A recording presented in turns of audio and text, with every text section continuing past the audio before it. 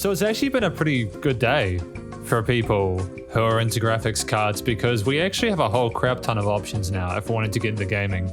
We have the stuff that's going on with AMD. We have the new 800 XT and 6900. But then we also have the NVIDIA graphics cards like the 3090, the 3080, and the 3070.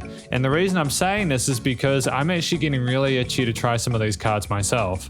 Now, the main reason for this video is because I'm actually trying to use a decent vocal mic. This is called a Rode NT1, and while it's an entry-level kind of mic, it doesn't sound too bad, does it?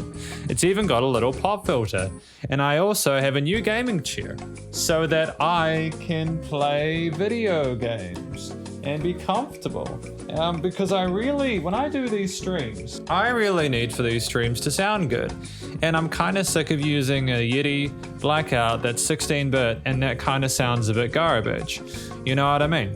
So we're gonna just do a little video today scooting through these because I think that's really important. I think that's a really cool thing to do. I like the fact that there's competition now. I like the fact that I can choose between an AMD and an NVIDIA card now. That's really fun. You know, you've got the Radeon 6800, as I mentioned, which is going to go up against a 3070 or a 2080 Ti, which is crazy because in New Zealand, a 2080 Ti is still like $2,000. This thing's going to retail for about like $1,400. It's ridiculous, man. It's crazy. And then you've got the 6900 XT, which is going to be worth like about probably, I don't know, close to probably $1,800 here. But I might get that because that looks like it could take on the 3900. That's going to be about $3,000 here. You know what I mean? Do you understand how just insane this is? How spoiled we are at the moment? For the first time in like a good half decade at least, or even a decade, NVIDIA and AMD are going head-to-head with graphics cards, and Intel and AMD are going head-to-head with CPUs. And it means for people who play computer games that we are in an incredibly lucky position. Not lucky because we should feel grateful for it. I think it's something that should be a given. I think that competition is incredibly important. But it's more or less just the fact that we do have options now, and that's something to be grateful for, because before NVIDIA basically had a monopoly and Intel basically had a monopoly and there were no competitors, and AMD under Lisa Su has come out in the last 4 years or so with Ryzen 1, 2, 3, and 5000 series, along with the 4000 for desktops that never got publicly released for our consumption, is desktop CPU people who make your own PCs. I mean, it's just been a pretty crazy time, and I'm really thankful for that. I'm thankful that these benchmarks look kind of okay.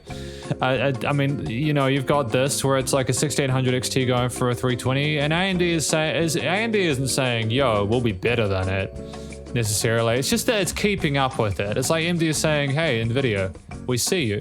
We know we didn't do that well with the 5000 series GPUs. We know we had a whole lot of driver issues, but we want to make sure the big Navi actually makes a difference. And I mean, I know there's this rage mode and smart access memory stuff down here that's a little bit kind of suspect, but we do the best we can, right? We do the best we can. I think that in a way, we are going to have a fantastic time with all the stuff going on with the GPUs. I look forward to doing some overclocking with this. I understand a rage mode is like an automatic overclock within the GPU itself, which is a bit lame, so I'm tempted to go sort of NVIDIA still. But if AMD does allow people to overclock this graphics card regardless, it'll be fine. And I'd also be keen to try some alternative overclocking measures with the 5000 series. I also want to address the fact that I streamed for like 2.5 weeks and then sort of stopped. And it was simply because I'm still not happy with the quality of my streams and how they look. And I need to get a 3900X. But then the problem is that the 5900X has just come out and it looks like it's going to be way better than the 3900X. So it's like, do I go and buy a 3900X or do I go for the 5900X? What do I do? What do you do?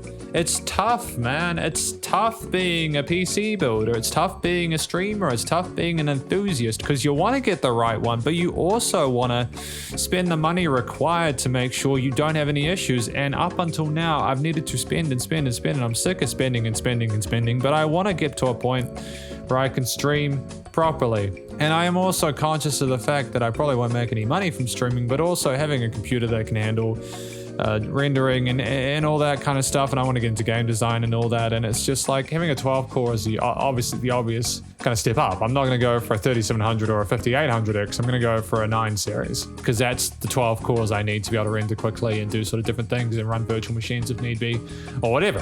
But we're going to see how it goes. This was just a video basically to test the new kit I've set up today. I'm pretty happy with it. I'm really thankful that I've got a better sounding audio now. It was sounding pretty garbage for a while, and I don't think I have to worry about that or my vocal side of things anymore. It's just a shame that my Fiverr stuff has kind of quieted out for a bit, because it would have been good to actually do this properly, but now I know that I can. Maybe it's something I can look into in the future. Anyways, thank you very much for your time. See you go. See you later. I'll probably do some more videos on these once benchmarks come out or once I get a hold of one of these cards. I don't see that happening until February because they're still very expensive and I don't have a lot of money until then. But we'll do our best. Spider hands out.